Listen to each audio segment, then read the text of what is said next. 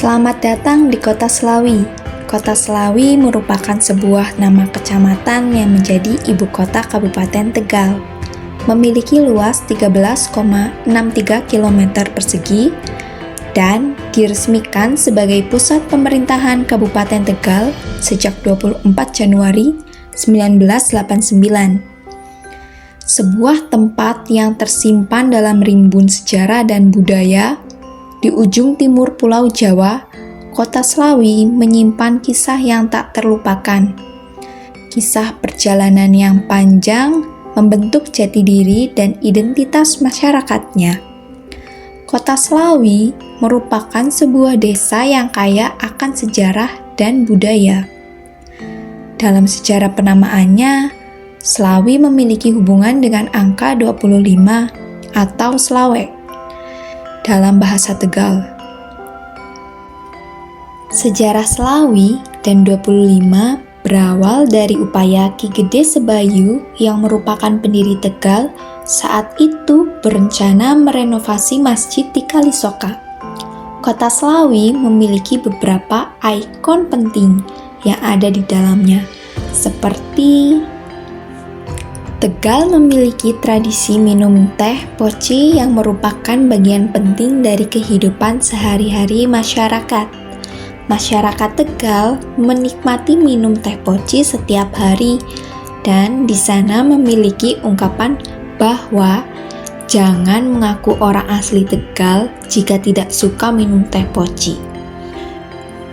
Ungkapan tersebut mulai muncul di tengah-tengah masyarakat. Pengunjung akan disuguhkan teh poci saat bertamu karena merupakan adat di Tegal.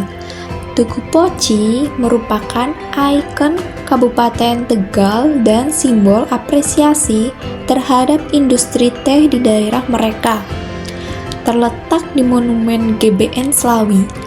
Tugu ini juga menjadi kebanggaan masyarakat Tegal.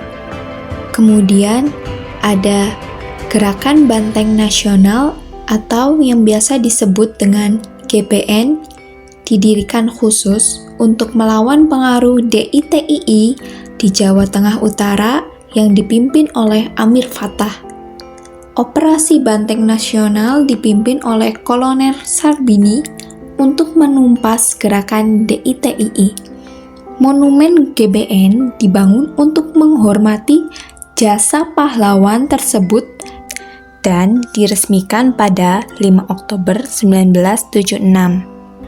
Monumen ini berlokasi di Procot, Slawi, Kabupaten Tegal, dengan patung, menara, dan dinding relief yang menggambarkan sejarah perlawanan bersatu melawan saudara sendiri. Selain sebagai tempat bersejarah, monumen ini berfungsi sebagai tempat rekreasi dan pertemuan komunitas karena nyaman dan indah.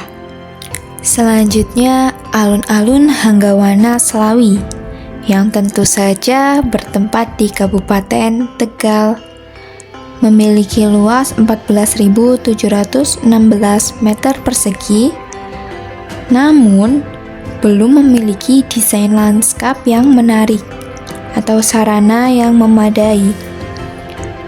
Maka diperlukan desain lanskap dengan konsep community rekreasional area agar alun-alun ini dapat menjadi ruang publik yang layak bagi masyarakat sekitar serta pengunjung.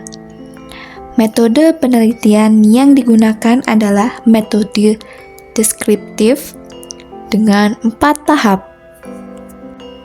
Yang terakhir adalah Masjid Agung Tegal yang dibangun selama Perang Jawa antara 1825 sampai 1830 oleh Ki Haji Abdul Aziz.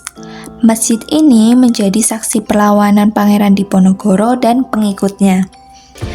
Renovasi dilakukan beberapa kali, seperti pada tahun 1927 dan 1953 sampai 1954. Bagian depannya berlantai 2, dengan lantai bawah sebagian, ruang utama dan lantai atas untuk kegiatan keislaman.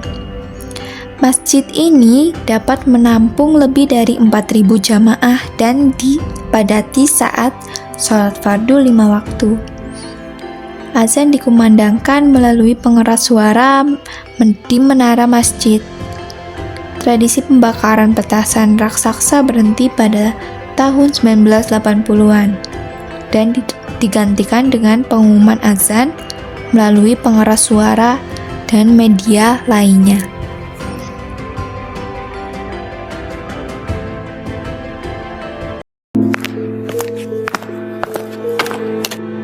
Ketahuilah anakku, sudah banyak orang yang menanyakan tentang dirimu. Kata mereka, seorang Nini Jayanti sudah pantas bersanding dengan seorang pria. Alhamdulillah, kalau betul ada banyak orang yang menanyakan saya demikian, Ayahanda. Padahal rasanya saya masih harus belajar banyak perkara. Lalu, bagaimana tanggapanmu tentang hal itu, anakku? Jika tentang pasangan, saya serahkan perkara tersebut pada Ayahanda. Karena saya percaya Ayahanda sudah memiliki rencana tentang hal itu. Baiklah, anakku.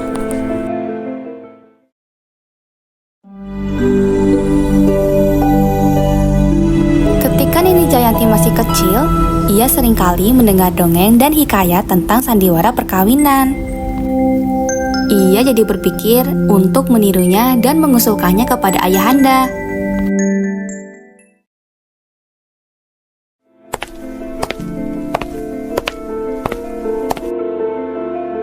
Ayahanda, saya memiliki pendapat, apakah diperkenankan? Baik. Bagaimana, Nini? Saya teringat oleh suatu cerita hikayat yang pernah saya baca waktu saya masih kecil mengenai sayembara, Ayahanda. Engkau sungguh cerdas, Jayati. Dengan sayembara itu akan tampak adil dan pasrah kepada takdir ilahi. Lantas, apa sayembaranya? Barang siapa yang dapat menebang dan merobohkan pohon jati raksasa di Gunung Selatan, akan saya jadikan pria itu suamiku tanpa melihat pangkat pria tersebut. Karena saya yakin pria itu pasti akan menjadi pria yang tepat untuk saya, Ayahanda. Usulan yang bagus, Jayati. Untuk menghormati keberanian mereka sang para perjaka, maka dibuatkanlah perkemahan atau yang pada zaman dahulu disebut dengan candi, yang berarti rumah. Candi tersebut dibangun di sekitar pohon jati raksasa. Tiap perjaka diberikan satu kemah, sehingga ada 25 kemah di Gunung Selatan. Tentu saja pada zaman itu belum ada kata kemah, yang lazim adalah kata candi yang berarti rumah. Jadi, dalam waktu singkat berdirilah 25 candi di Gunung Selatan. Satu persatu, para perjaka itu memperlihatkan kehebatannya masing-masing. Setiap sore, penduduk berduyun-duyun hanya untuk menyaksikan robohnya pohon jati raksasa. Namun, sayangnya, setelah belasan hari belum ada tanda-tanda akan rubuhnya pohon tersebut. Setiap peserta telah berusaha dengan sekuat tenaga tanpa henti untuk menyatukan pohon jati raksasa itu. Tapi, hasilnya tetap nihil.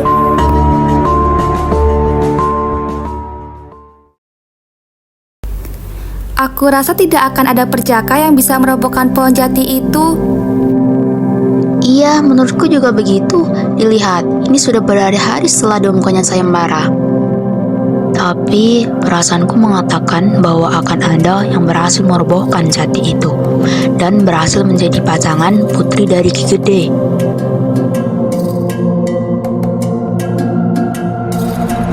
Pada hari terakhir, menjelang sore, datanglah seorang santri diiringi sejumlah remaja yang santun-santun.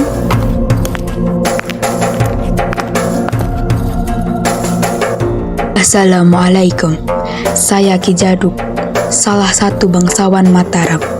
Maaf atas keterlambatan saya. Saya baru mendengar kabar sayembara tersebut pada saat saya bersama teman-teman santri saya sedang dalam perjalanan. Apakah saya diperkenankan untuk mengikuti sayembara yang Ki Gede adakan? Baiklah, silahkan mencobanya. Mudah-mudahan Allah melimpahkan mukjizatnya kepadamu.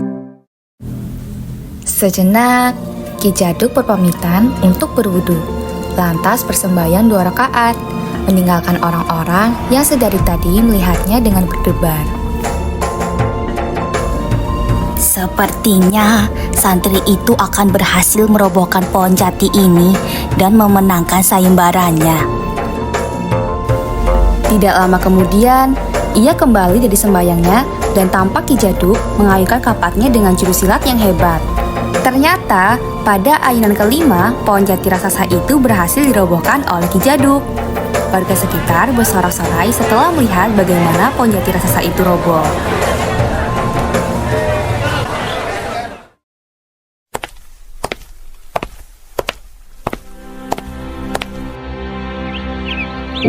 Ayahanda, saya mendengar kabar bahwa sudah ada seseorang yang berhasil merobohkan pohon jati raksasa itu. Itu benar, Jayati. Orang itu adalah santri yang tadi sore baru kujumpai. Dengan kesepakatan yang kau buat, akan segera dilaksanakannya pernikahan untuk kalian berdua. Baik, Ayahanda.